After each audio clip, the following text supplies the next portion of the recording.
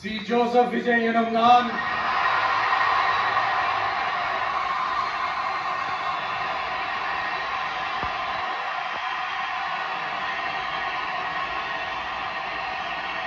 சட்டப்படி அமைக்கப்பெற்ற இந்திய அரசியல் அமைப்பின்பால் உண்மையான நம்பிக்கையும் மாறா பற்றும் கொண்டிருப்பேன் என்றும் இந்திய நாட்டின் ஒப்பில்லாத முழு முதல் ஆட்சியையும் உரிமையையும் நிலைநிறுத்துவேன் என்றும் தமிழ்நாட்டு அரசின் முதலமைச்சராக